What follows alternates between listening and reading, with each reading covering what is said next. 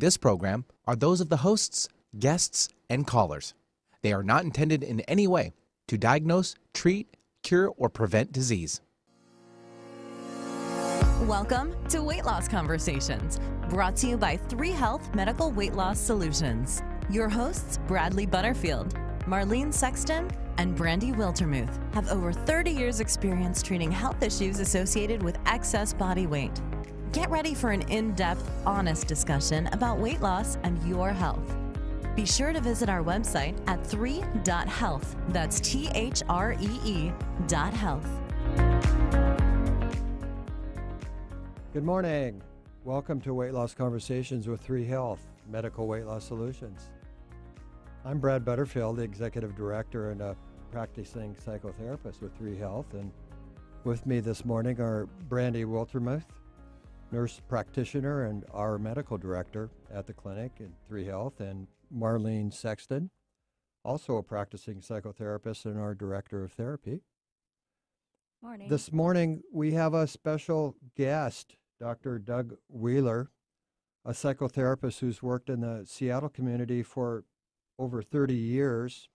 And Doug worked with Marlene and I in another bariatric practice for several years with surgical patients. Good morning, Doug. Hi, Doug. Oh, good morning. Hi, Thank Doug. you. Yeah, thanks for having me here. It's great to have everyone here this morning. Before we get started on our subject, how are you all doing today? Doing good. I Doing wanted well. to give you an update on my New Year's intention. Yeah? What's been Yeah. going on? So I got my bike pulled out of the corner and got all the clothes off of it. So you're not just using it as a coat hanger? Right. Okay. And I put it on my trainer, and I've used it twice now in the last few days. Brandy, when you do that inside, is it in front of a television or are you Usually reading I on just it? listen Or to podcasts Do ya? or music. Okay, so you're doing something to engage your mind as Like well as this your show, body. right? Yeah, yeah. Exactly. Yeah. So, Yeah. Okay. How about you, Marlene? I'm doing well with my intentions. It was to get more organized and clean out a closet that holds nothing but pictures in boxes and bags. And I took a whole bag of pictures the other day, didn't even look at them, and just put them in recycling. Good for you. Yep. And it felt really good. Okay. I figured if I hadn't looked at them in 15 years, I probably wasn't going to get around to it. Mm. And I sure probably was never going to put them in a album. So they just went in recycling. Good. Doug, did you make any New Year's intentions? My wife and I joined a gym, and we work out Monday, Wednesday, and Friday nights. And today's my 30th wedding anniversary, and my wife is a faithful listener to the program. So I want to say, hi, honey. Welcome back to Seattle. We just got back Awesome. from That's San great. Francisco. so Congratulations Thank to you and Lori. Thank you. Lori's lived with you for 30 years. That's quite a miracle. It isn't is. That's a big accomplishment. I think she signed up for another 30. I think. applaud her. Thanks. That's That's great. awesome. So in my intention, because I've got Brandy as a partner, is to eat. She's after me all the time. So I've been during the day I've been eating food and trying to pay attention It's to that. really so. selfish because Yeah. I don't like you getting hangry. I know. She's every day she looks at me and says, "Have you eaten today?" So I'm paying attention to it, trying to be prepared for the day. So Good job. yeah, it's been good. So we're all trying to practice what we're preaching and Right. working Do you with feel our patients better? on. I do. It's amazing. It's amazing what eating food can do for you. It Isn't is. Yeah. Mm. Energy. Crazy. So because Dr. Wheeler's with us, because Doug's with us today, we thought that we would discuss a number of behaviors and challenges that our patients face in losing weight and finding good health. And so I picked a number of words and we talked about those earlier this morning. And so the first word that I wanted to talk about is a really big one. And in fact, we all face this word in many areas of our life, but in particular with weight loss and finding health. And the word is change. So let's start there. What do you all think about that word? Well, part of our mission is to help people change their relationship with food and with themselves and with their life. So I think change is very key to what we do at 3 Health and what our focus is. And it kind of permeates all of the, I would say, behavioral curriculum that you guys put forward. Yeah, change has to happen with weight loss. You just have to make changes. And for some, it's really difficult. There's a real resistance to change. Do you think a lot of people will even come in, Marlene, and wonder if they can make change? That's a question for them. Oh yeah, it is kind of funny. Sometimes people ask me, "Can I change?" And I think, well, I would be in the wrong profession if I didn't believe people could change. Yes. But you have to make the changes yourself, and you have to be ready for change. Haven't you found that, Doug? In your Absolutely. 30 years of practice? Absolutely. As we were talking in preparation for the program today, we can't change anybody, but this idea of being able to influence and even looking at who influences us, to make these positive changes. When I hear change, one of the first things I think about is it's an intimidating concept. I would agree. Yeah, it's intimidating, and if you've lived long enough and you've made changes and then you've not been able to hold those, to restart that can be quite a challenge with yourself. Something that I run into a lot is patients will come in and they're really motivated and almost, I don't want to say desperate, but they've tried a lot of different things.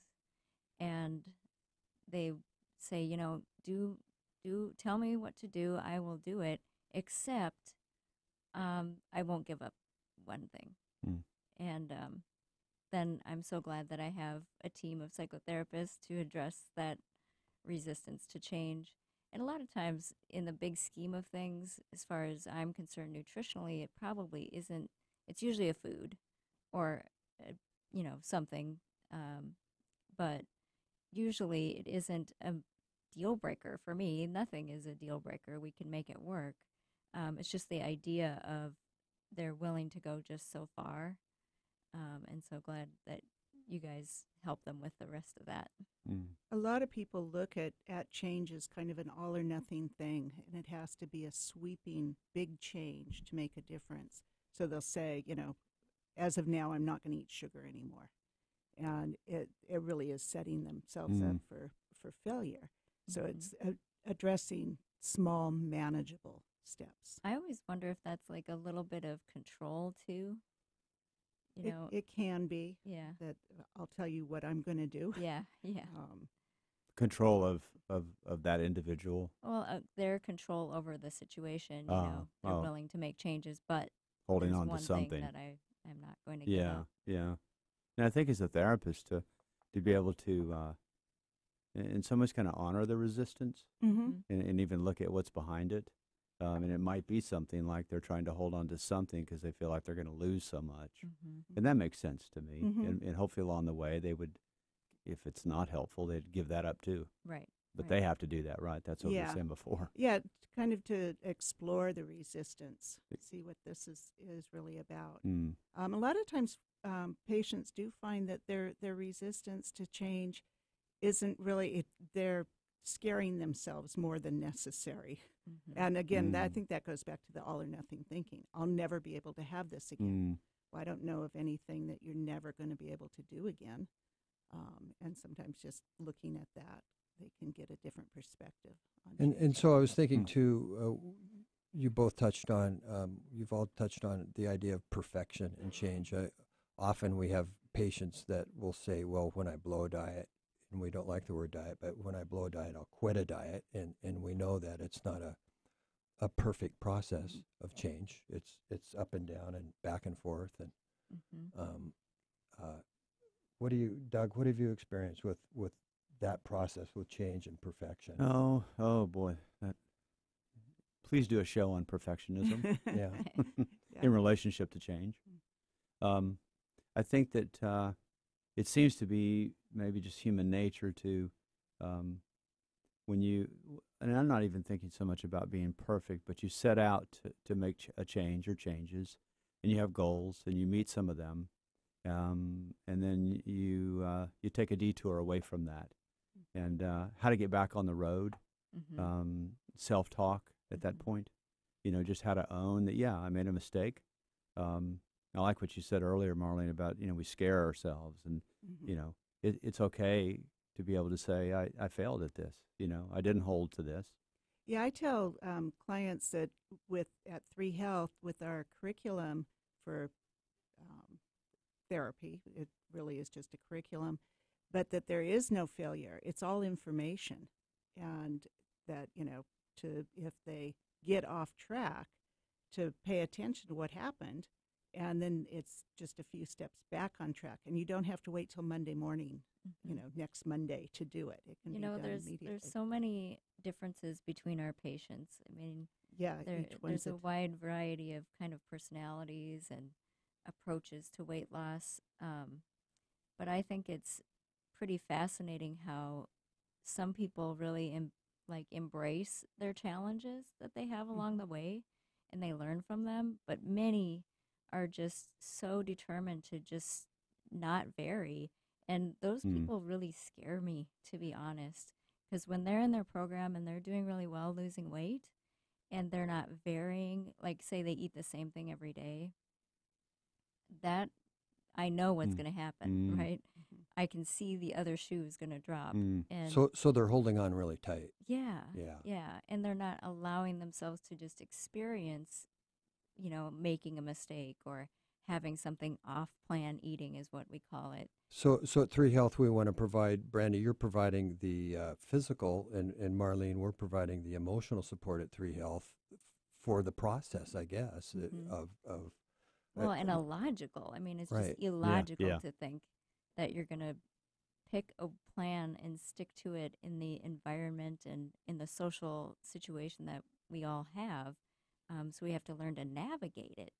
And that's the other thing that doesn't happen when people are trying to be perfect and resisting change to that, is that they aren't learning along the way. It's interesting because I'll have clients that fall off the plan, and they beat themselves up for it, and they would never do that to a friend.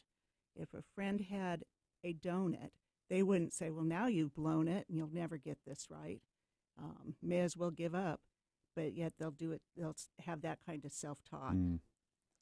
I've often used the example too. We wouldn't do that to our children if they maybe messed up on a ball field or on a court reading. And say, well, I think you should just quit and give up. Give up. And, you missed a word. You're not going to ever read. Because you weren't perfect with it. Right. And Doug, it's funny. I think a lot of people can recognize how ridiculous that is, but when it comes to themselves and their weight loss plan, they don't have the same grace. Yeah. So grace is a good word. We don't practice grace very well for ourselves, do we? No. It's a tough one. And as we're talking, I'm just thinking about guilt and the power of guilt, and to really help an individual ask the question, where is this guilt coming from? And if there's this kind of inner apology, who are you apologizing to? And often I find in the family systems model, you can go way back to apologizing to mom, apologizing to dad, apologizing. You can just see the roots of guilt and how it lives. And then I think you can hopefully get to a place where if you failed yourself, you can be great. You can have grace for yourself and get back on and take kind of disempower those early conditional things that are really deep in us. They're really deep. They're really deep in us. I'm more aware of that than ever, that they're really deep in us. So there's some work that we can do. There's a lot of work to do, Okay. All right. So we're going to take a quick break. We've been discussing change. And when we come back, I think it's a real natural segue here to talk about sabotage. So I think I want to talk about self-sabotage. Doug, you just really kind of, I think, led us right into that conversation. Right. So this is Weight Loss Conversations with 3 Health. We're going to take a break and we'll be right back.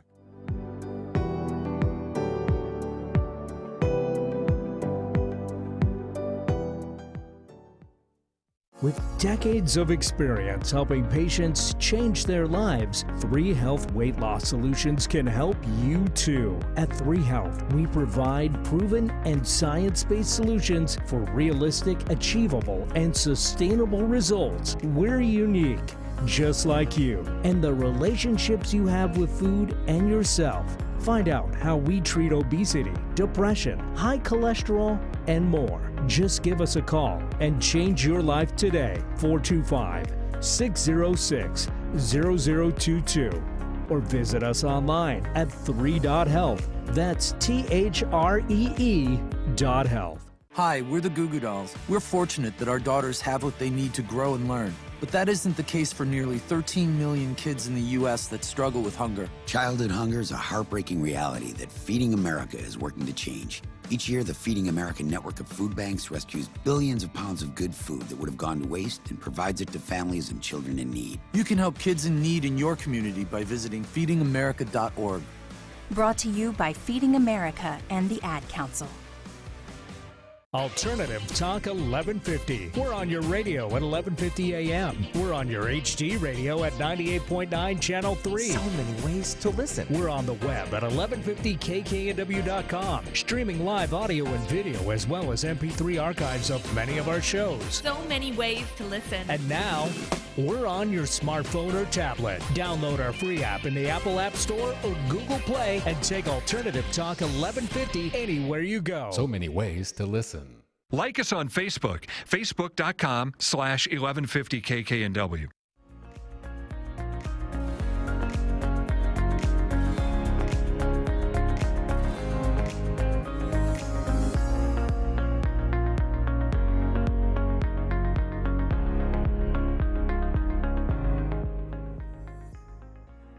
Welcome back. Thanks for joining us on Weight Loss Conversations with 3 Health. If you're just tuning in, we've been discussing a number of words. The concept that we talked about previously was the word change and how significant that is for all of us, not only in weight loss and health, but in our lives. And I'd like to look at the word or the idea of sabotage and maybe self-sabotage. So, Doug, talk to me about that and some of your experience with your patients and sabotage. I hope a story will come to mind that I could flesh out around that. I think of the inner critic that we all have. A quick story on myself, preparing a little bit of breakfast this morning on the way here. And I've had issues with food, haven't we all? And so it's an intimidating topic. So I was thinking of that. And so I guess I'll tell you what I made for breakfast. If you want to know that, we could evaluate how I did with that. Brandy can. But as I'm putting, do you notice how we all turned to Brandy on this? Yeah, all heads turned to Brandy. Because I'm thinking from what Brandy told me earlier. Now I'm wondering how many carbs did I actually eat? She'll tell you. Okay, we should do that. But as I was preparing it, I was evaluating, in light of coming here, I was evaluating the food that I was making, that I was getting ready to eat. And my inner critic was going at it. Okay. And one of the things I was hearing in my own head was, you have no right to go speak about food when you've misused food, and knowing that we're going to talk about change and all of that. So I'm just thinking about the power of the inner critic and that listening and knowing that the inner critic, if we want to talk about that for just a second, that it also has benefits because it can actually, help us make change. But so it's a real tricky thing, but really being able to identify those inner critic voices. So I think that plays back into sabotage. Because you might hear the voice, I don't deserve this.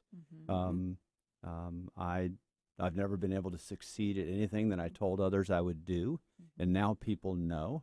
And, I've got to kind of keep my defeat going, so I'm going to sabotage myself and take myself out of this, and so inner critic, it's a tricky one. It is listening to that inner critic, and I will have clients often, let's follow that and see where it began. A lot of times the inner critic, somebody else was playing an external critic at some point in life, and then people just take it over for themselves.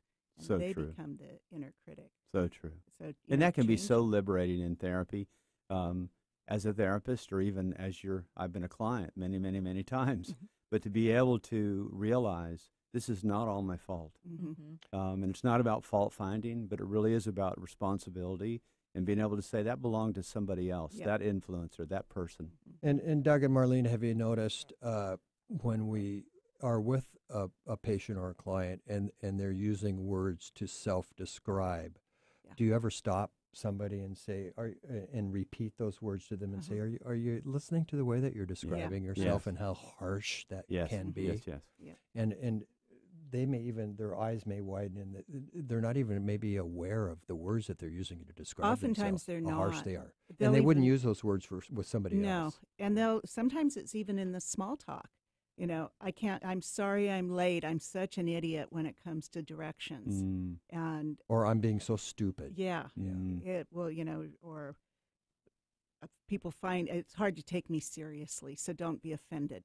And they'll do that. And I'll let them go for a little bit so I have enough evidence to say, is that how you normally talk to yourself? And yeah, why?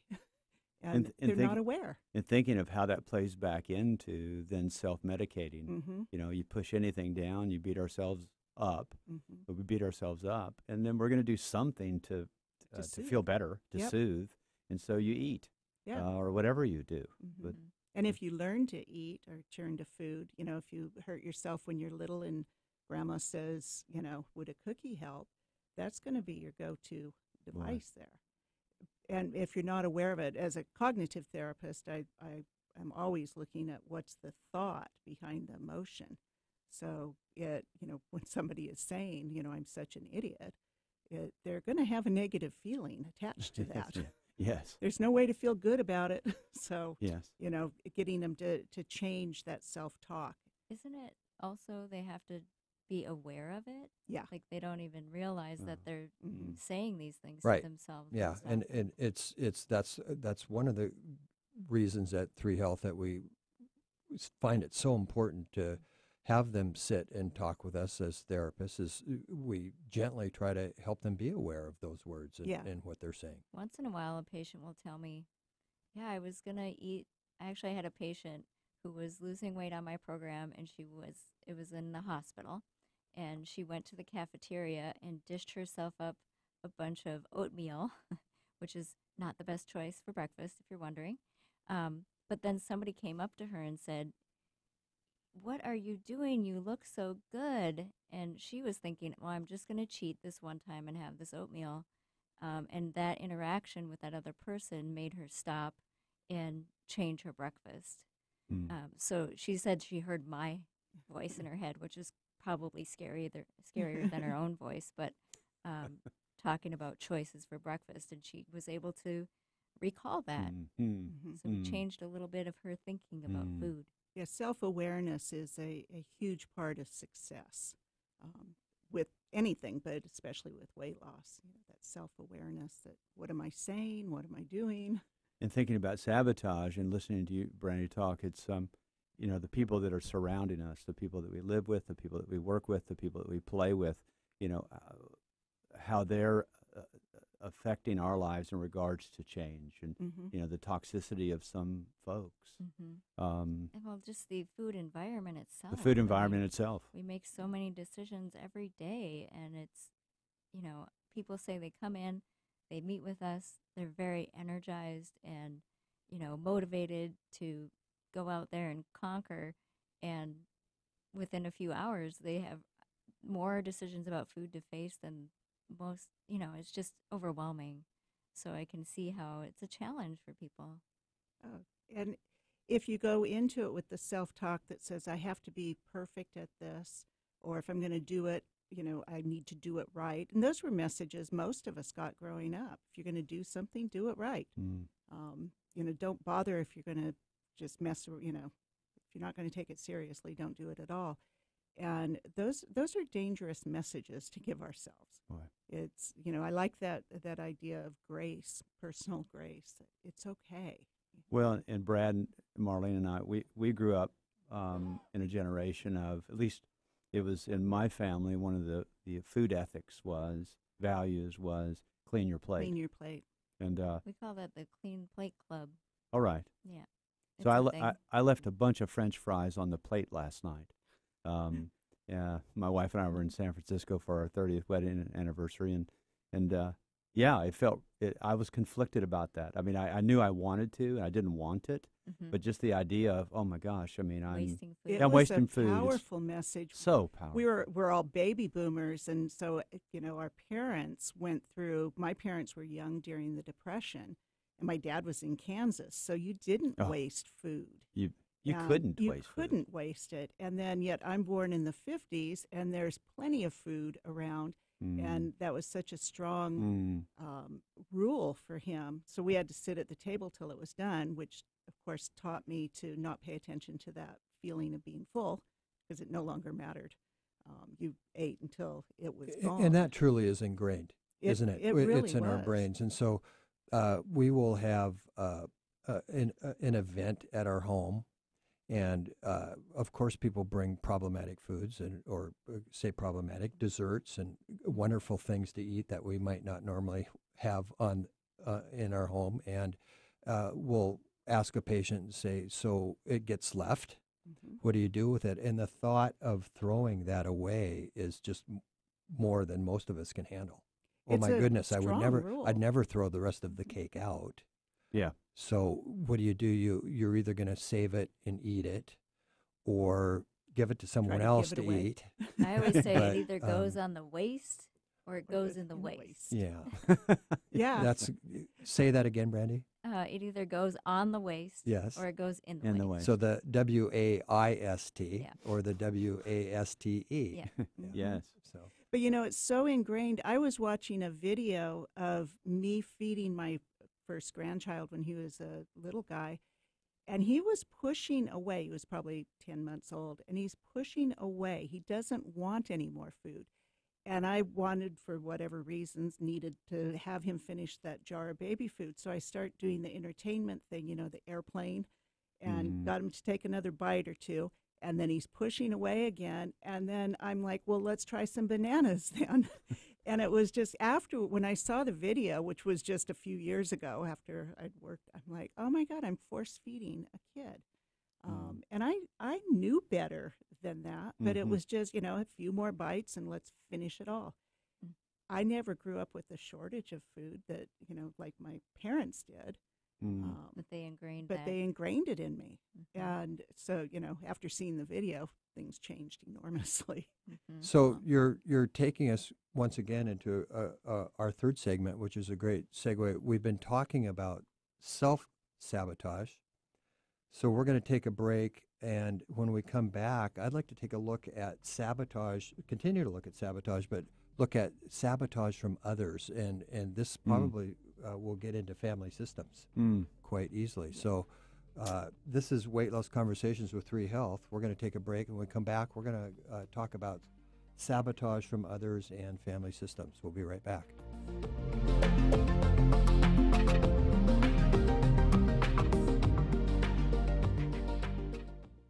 Introducing 3 Health Medical Weight Loss Solutions, a unique weight loss clinic backed by real medical research with a treatment focusing on the entire person, mind, body, and spirit. From medical services for obesity and high blood pressure to behavioral services for emotional eating and depression, 3 Health Medical Weight Loss Solutions can help you change your relationship with food, your relationship with yourself, and with life. Find out more, 425-606-0022. Or online at 3.health. That's 3.health. It's time that you are heard, and I don't mean in just a conversation. I mean really heard. Imagine hosting your very own radio program on Alternative Talk 1150. Talk about being heard. Call 425-653-1150 right now to learn how affordable it can be to host your own radio show. Time slots are going fast, so take hold of this chance by dialing 425-653-1150. Alternative Talk, we have an opportunity waiting just for you. Finding and achieving your ideal weight is difficult. Diet and exercise choices are overwhelming.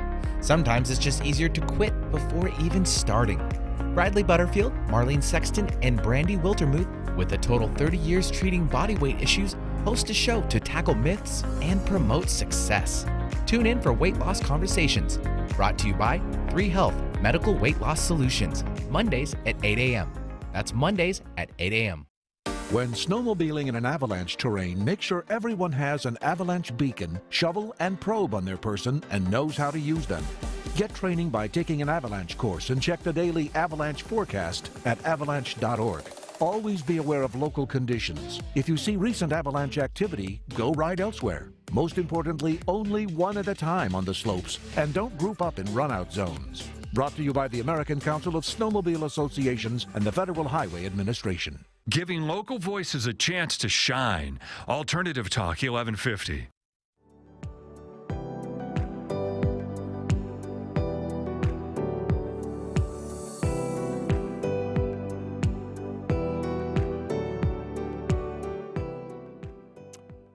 Welcome back. Thanks for joining us today on Weight Loss Conversations with 3 Health.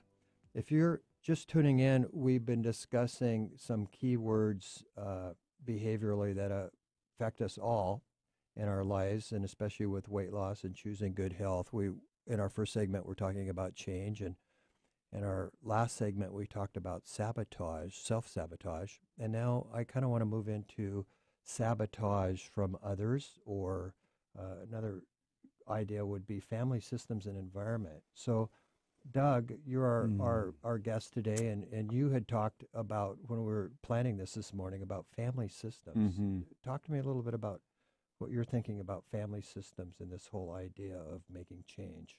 Well, I think somebody said either on live or in between segments that we could do many shows on that, right? Just the depth of that. Family systems. I'll just take it to my own family system. I'm just thinking about, and I've not thought about this very much, but thinking about my father's eating practices. And he worked hard all day, probably drank maybe 15 to 18 cups of coffee. Don't think he had anything for breakfast. He maybe had a cup of soup and a half a sandwich or more for lunch. And then at dinner time, we would just pound it away. Just pound it away. And I never really thought about that my father was trying to take care of something within himself. And vegetables he had no interest in. So he ate a lot of meat. I don't know about the whole carb thing, but we ate a lot of food at 5 o'clock in the evening. And was your mother making the meal? My mother made yes. Okay. And it was quite a performance every evening with a lot of food.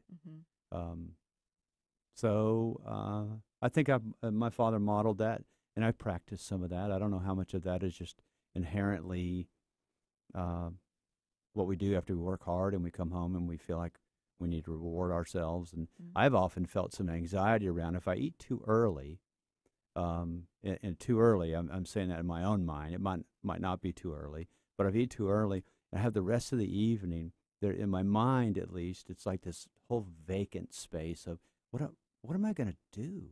Or what if I get hungry? Or what if I get hungry? Or I look forward to food. So it's just interesting how we pace those things out. And but yeah, my family they didn't model all the best practices, but which family has, right? Yeah. We just try to get better. And Doug, you and I are similar age, similar generation. I find that interesting. And Brandy, you and I have talked about this a lot with my family system.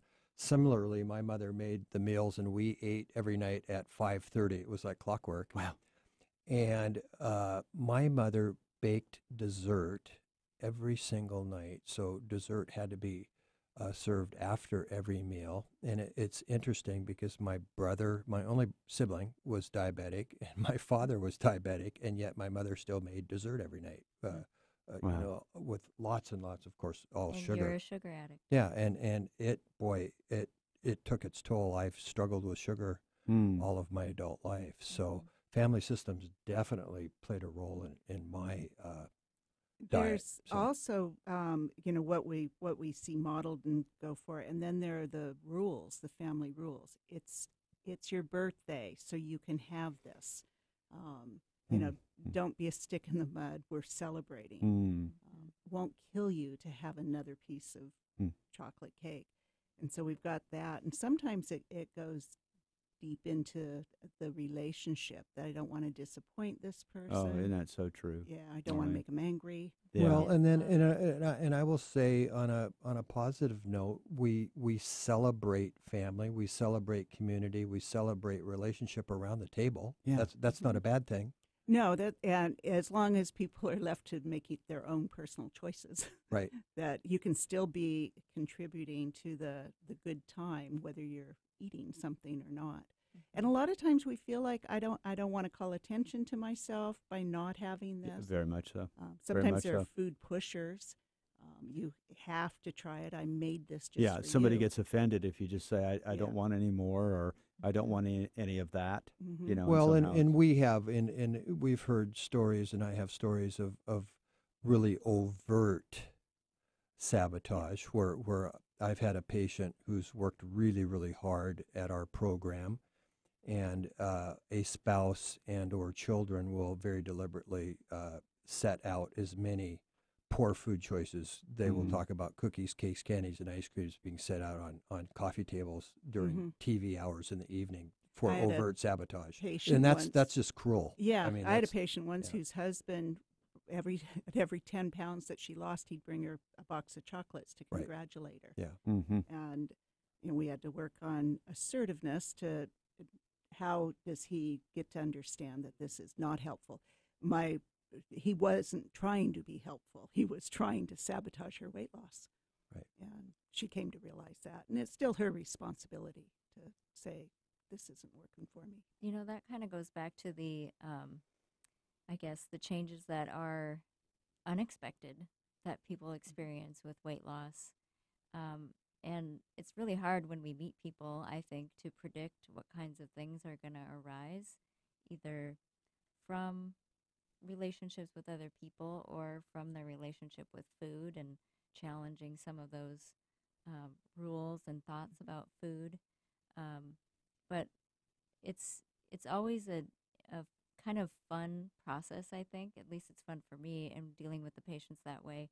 I don't know about you guys when they come up against these unexpected changes. I really enjoy it. Doing the first evaluation at 3 Health will ask you about your lifestyle and your relationships.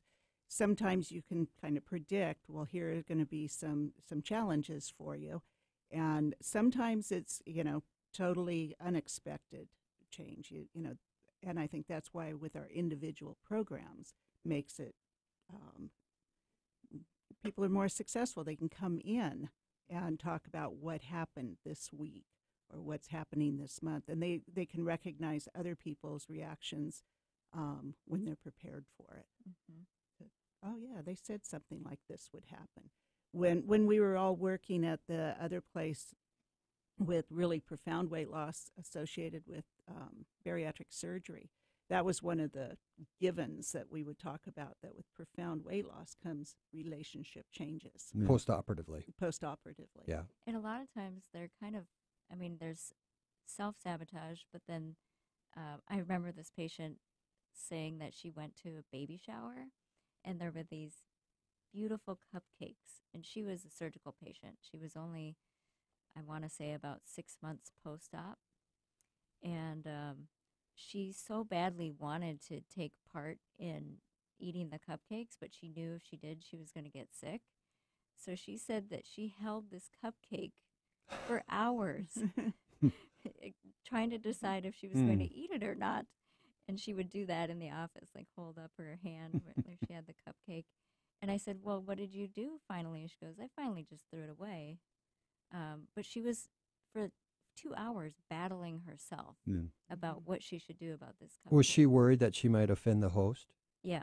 Okay. And she wanted it, too, but she knew physically that it wouldn't be good for her, that she might get sick or have trouble with it. Thinking about the family systems piece, I was born in 59, so I grew up in the 60s, and I guess that's where I learned to eat. But, the commercials we watched, the discussions we had as a family, we never talked about food. Yeah. Never talked about food. I think of my sons now. I have a 24 and 28-year-old son, and we talk about food, and we don't even have to try to educate them on calories and all these kind of things and food items. And we talked about the 3 food groups growing up, right? Yeah. But when we were between segments here, I told Brandy with a little bit of intimidation what I had for breakfast. And I really actually thought, with all that I know about food, I thought she was going to tell me I did a pretty good job. And she said, you didn't do it. I mean, she might as well have said, you did not do a good job. And well, that's Brandy. She doesn't mince words. Hey, Yeah, I told her I had 2 buckwheat waffles with almond butter. I emphasized almond butter with a little bit of strawberry preserves. And she said, oh, you mixed carbs and fat. And I said, well, what should I have eaten? And she said, bacon and eggs. And I actually felt relieved. And also kind of joy. Like I could actually just have bacon and eggs. Yeah. Because in my mind, that sounds like a big, big breakfast, like a big hearty breakfast. Yeah, a big heavy breakfast. And I just had a nice little teaser, right? So you'll probably be hungry in a few hours. But this gets at it's. And I think this is where I was going with. I didn't know anything about food growing up. We know so much now, and there's so much competing data. I mean, there could be another radio program today that says something else about carbs, and maybe somebody would have said, well, you had the almond butter, and that was really good. That's good fat. Or they would give you credit for the buckwheat. Okay, thank you. Yeah. But I guess it said wheat, right? Yeah, whole wheat. Yeah. That's good. Okay. But it really is so confusing. Yeah, there's a lot of misinformation, too, that we grew up hearing. My kids, was told to give them skim milk when they were little, and they really needed the fat. And I thought I was doing, give them juice, lots of juice. Yeah. And Marlene, you and as I've said previously, you and Doug and I are similar generations, and our parents grew up in the Depression era. I have thought often and had this discussion with other friends. I don't know why, but it was frozen vegetables for my mother. Anything in a package, or TV dinners became popular in the 60s. And because of that packaging and things, if it was fresh, that wasn't really cool and hip. It was this new packaging that was so neat that our mothers engaged Never thought in. about that. Yeah. There Never was thought kind of about an that. explosion of like food science. Right. Right. And convenience. Yeah. Which, who wouldn't want that? Yeah. Right, as the person that's solely responsible for making all the meals. So why would you do a fresh vegetable when you could, Yeah. like you say, there was this cool new packaging, attractive packaging, wasn't it? The Green Giant plant was in the town I grew up in. Yeah. And wow. Also, it was the Salinas Valley, which is the biggest producer of vegetables, and we still ate frozen vegetables soaked in some sort of a butter deal. Right. I'm not sure it was real butter. So didn't corn kind of come in a can? Oh, yeah. It came on a cob. I didn't know that. It was well, and I'm thinking, I don't know if we didn't really use the language of fast food back then. No. But I'm thinking when my mother would do fast food, because she thought, and she was doing so well with the 3 food groups, right? And I get that, and I think some of that was really good quality food. But on the other side, when it was fast food for us in the early 60s, it was Chef Boyardee. Yeah. And something about that was that this is good. This is healthy. Ravioli in a can. Yeah. Sugar there was a lot of trust, Yeah. Yeah, Chef Boyardee that label was trustworthy. Interesting. There was a lot of information available to the women that were making the food about how this is better because we've developed it, we've tested it, that kind of was pushed. Wow. About canned food and prepared food, and people believe that, it's coming from a science kitchen, and when we believe that's better for our family. And it seems, Brandy, you're getting at that we come from somewhere. We really need to know where we come from, right? Yeah. The history of that in family systems and also just around food. It's like, where do we come from? Well, we often just go automatic on it. This is what I know, and we never reevaluate it. It's just something, this is how it's done. And we do that in a lot of areas of our day. Don't we, though? This is just how it's done. And especially when you have to move so fast. Yeah. Right? Such a fast-paced society. Yeah. And if we don't reevaluate and see, is this really still working for me? what worked for me at 20 is way different than at 60. So this is a good conversation. We could go on and on with this. We do need to take a break. We've been discussing family systems and sabotage from others.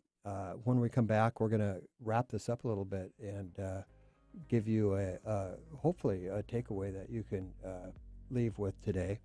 And this has been Weight Loss Conversations with 3 Health. We'll be right back.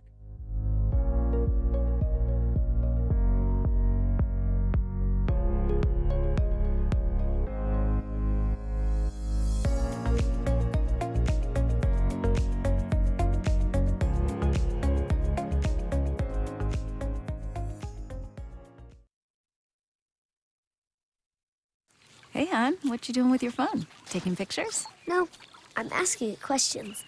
Like what? Hey, Bobo, do flowers have best friends?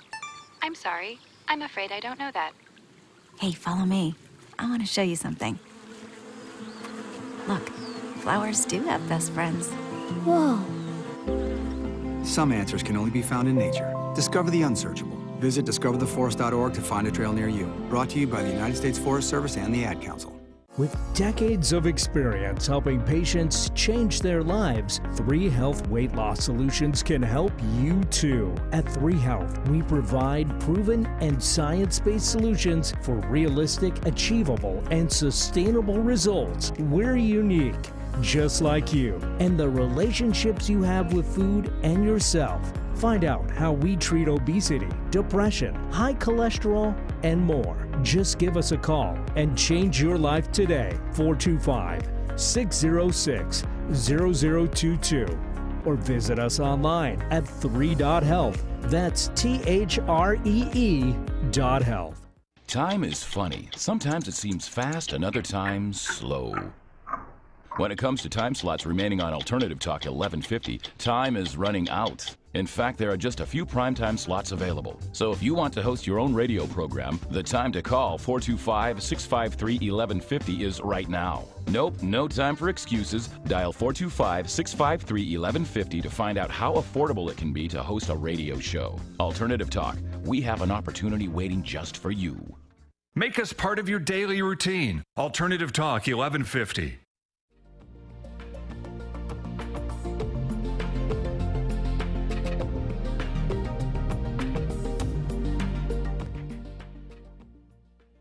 Welcome back. Thanks for joining us today on Weight Loss Conversations with 3 Health. If you're just tuning in today, we've been discussing some really key behavioral concepts around weight loss and choosing good health. Today we've been talking about change and self-sabotage and sabotage from others and family systems and how important all of those things are in the weight loss program. Brandy, real quickly, you had an announcement to make for us about something that's coming up for us. Yeah, so on March 9th and 10th, the 31st Annual Northwest Women's Show is going on in Tacoma, at the Tacoma Dome, and we're going to have a booth there. Good. And it's kind of a nice place to meet with other women and look at kind of fashion and health and beauty and food and things like that. And so we're going to have a booth, and if you come by and we're going to have our body composition, our in-body analyzer there. If you come by and do the body composition, we'll go over it with you a little bit just to show you what the numbers are and talk about how that's different than the BMI scale and why that's important. So we'll actually give them a printout. Is that correct? Yeah. Okay, good. And then if you bring your report in to your consultation, you'll get a 20% discount on your medical evaluation. Wow, that's great. Yeah. Okay. The dates again? March 9th and 10th. On March 9th, it's from 9 to 6, and March 10th from 10 to 4. And you can visit their website at nwwomenshow.com. And tickets are $15, but if you have a BECU membership, you get $4 off. And kids under 10 are free. Great, great. So, I hope that our listeners can we come hope to to that. see you there. Yeah, it'd be nice to see and meet people in person, wouldn't it? Yeah. Mm. Will there be a reminder on our webpage? There will be an announcement. Good. Yeah. So we've had Dr. Doug Wheeler, psychotherapist in the Seattle community for over 30 years, is a guest with us. Doug, it's been so great to have you with us today. This has really been it's a just pleasure. been fun. It's great Thank to see you. you again. Thank you very much. Thanks for the invitation. Doug, change is a big word for all of us. Do you have any final thoughts for our listeners about change? I've been reflecting the last few minutes just on the significance of your work, and you have a really powerful model as you address mind, body, and spirit, kind of all under the same umbrella. That's a very powerful model. I'm thinking about the importance of safety in therapy. I've found sometimes to talk about the things that family systems and the things that have nurtured and developed me, and those are tough things to talk about, but sometimes it's the things that maybe we think should be a little easier to talk about, and that is what I had for breakfast, which was not that easy to disclose, to be honest. And so I think in therapy, as therapist and Brandy, as your work, for you all, and I know you, and you're creating this safe space. I think therapy, there are a lot of different ways to describe the engagement of therapy, but in my mind, it's really it's partially at least a womb. It's a place where new things can begin, and I think you guys are holding that space really, really well. And this food topic, it's so confusing, and food's tricky because there's these beautiful, natural, pleasurable desires wrapped in it, and so I don't want to eat to survive. I really enjoyed my meal last night in San Francisco, but now, as I've met Brandy and I think about what I consumed at the table, I did have a lot of carbs. No judgment. No judgment. Yeah, and see, you know that's great. We're glad that you enjoyed it. Well, thank you. We're happy for you. Yeah. And I tell patients that as well, is that it's about, to enjoy a meal means you have to leave that part out where you're feeling shame or beating yourself up for it. You can enjoy a meal, but if you beat yourself up afterwards for it, then that takes away from, obviously, the enjoyment.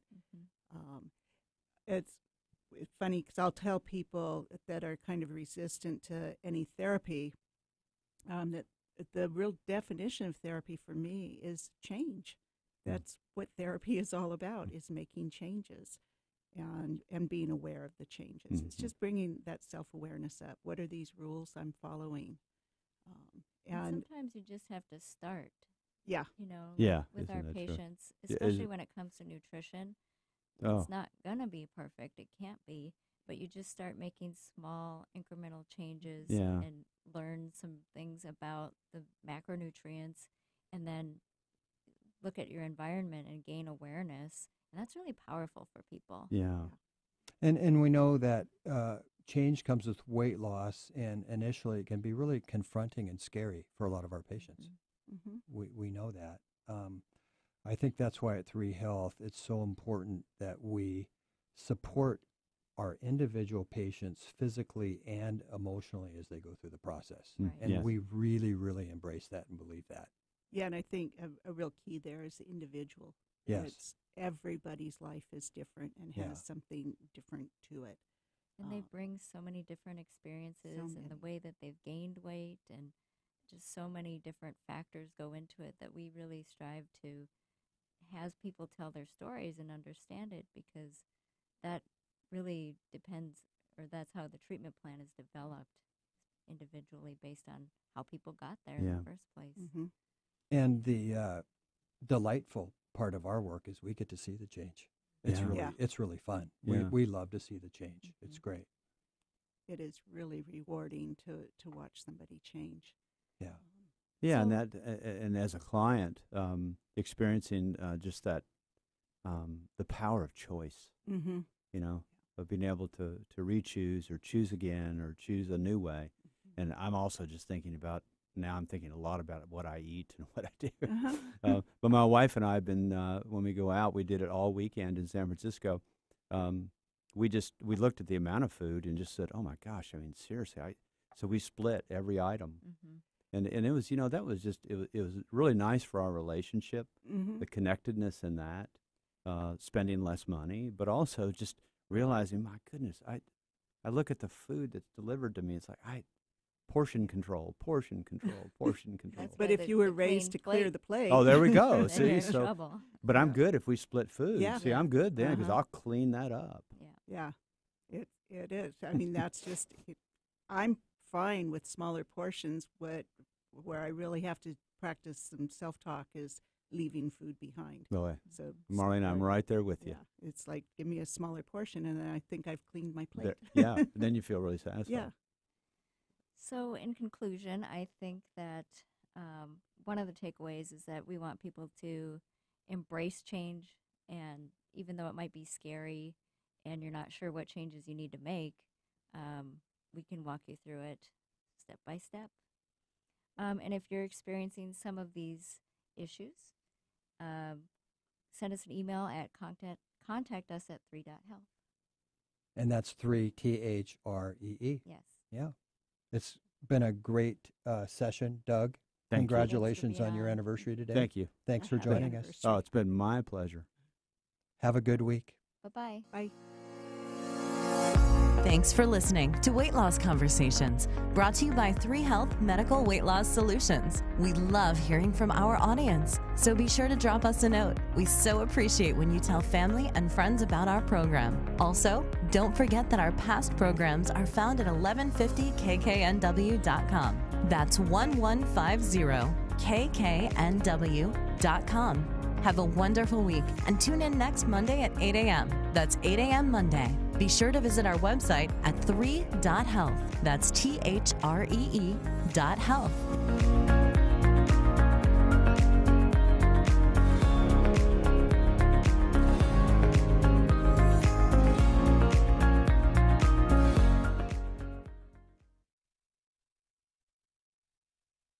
The content and opinions expressed during this program were those of the hosts, guests, and callers. They are not intended in any way to diagnose, treat, cure, or prevent disease.